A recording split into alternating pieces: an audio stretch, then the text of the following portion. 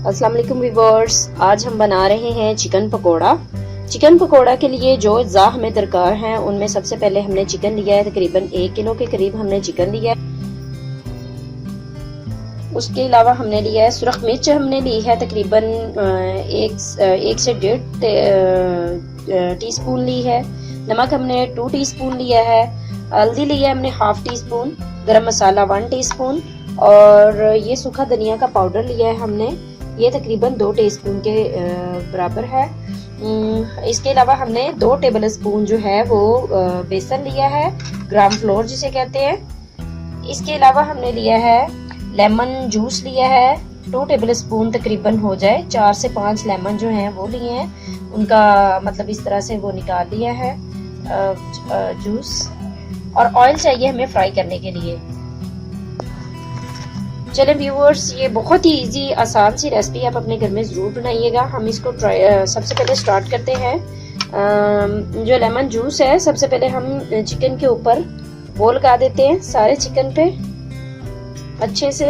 अब इसको इसके अंदर इस तरह से मैश कर देते हैं कि ये अच्छे से जो है सारा लेमन जूस पूरे चिकन के अंदर लग जाए। जी व्यूअर्स, अब इसमें बाकी के मसाले ऐड करते हैं। जी व्यूअर्स, यहाँ पे मैं बताना भूल गई, 2 टेबल स्पून के बराबर हमें दही चाहिए था। इस तरह से 2 टेबल स्पून हमें दही चाहिए। इसमें क्या करना है, हमने ये जो सारे इंग्रेडिएंट्स हैं हम इनको मिक्स कर लेंगे अच्छे से। हम इसी तरह से सारे जो है मसाले इसके अंदर 1 बाय 1 ऐड करते जाएंगे। सुरख मिर्च हम इसमें डाल देंगे और ये सारे मसाले तकरीबन हम इसमें डाल देंगे और इसको अच्छे से मिक्स कर लेंगे।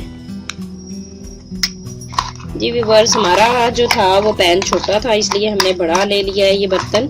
इसमें इसको अच्छे से मिक्स कर लेंगे। जब ये अच्छे से मिक्स हो जाएगा तो हम क्या करेंगे, इसमें अब अपना बेसन ऐड कर लेंगे। बेसन को भी अच्छे से ऐड कर लेंगे।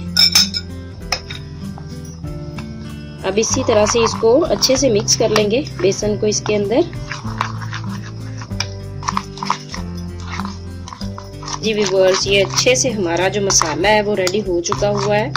अब हम इस मसाले को क्या करेंगे, चिकन के ऊपर अच्छे से इसको लगा लेंगे। अब ये सारा मटेरियल हम इसमें जो मसाला मिक्स किया है वो चिकन के अंदर लगा देंगे अच्छे से।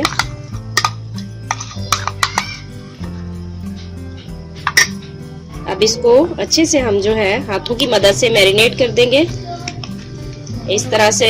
जी व्यूअर्स, ये अच्छे से इसको जो है मसाला लग चुका हुआ है। अब ये मसाला लगा के हमने तकरीबन इसको जो है आधे घंटे के लिए छोड़ देना है ऐसे ही रेस्ट करने के लिए। ज्यादा बेहतर है कि आप इसको जितना टाइम देंगे उतना ज्यादा इसमें मसाला जो है वो जज्ब हो जाएगा और बहुत ही अंदर तक जो है ना इसके मसाला जाएगा। अगर आपको कोई बड़े पीस लगे तो आप उसमें कट लगा लें। जिस तरह से ये मुझे लगा था तो मैंने इस तरह से इसमें छोटे छोटे कट लगा लिए थे। कट लगा के आप उसको मसाला ऐड कर सकते हैं। लगा के तकरीबन 1 घंटे तक आप रखें। अगर आपको जल्दी है तो हाफ घंटा भी आपके लिए ठीक है।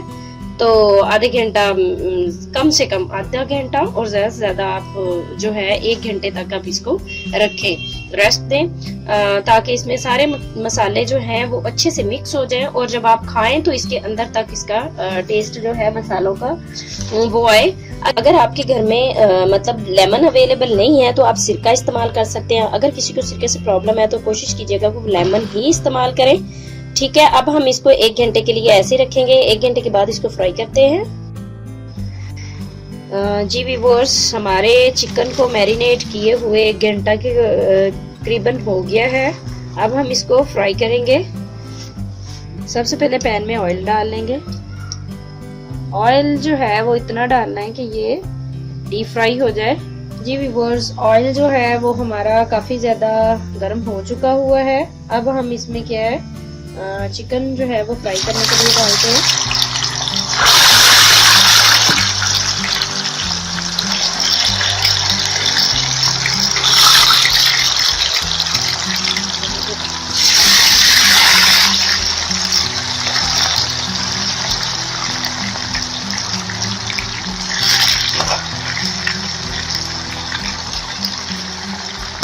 फ्लेम जो है वो आप अपना जो है वो मीडियम से कम ही रखिएगा, क्योंकि ये चिकन है तेज़ फ्लेम पे जो होता है क्या कि ये गल जाएगा, और सॉरी गलेगा नहीं लेकिन जलेगा। तो आपने चिकन को अंदर तक पकाने के लिए ये करना है, फ्लेम को कम रखना है, यानी कि आंच अपनी हल्की रखिएगा ताकि ये अंदर तक अच्छे से पक जाए और जो मसाला है वो भी इसका ना उतरे।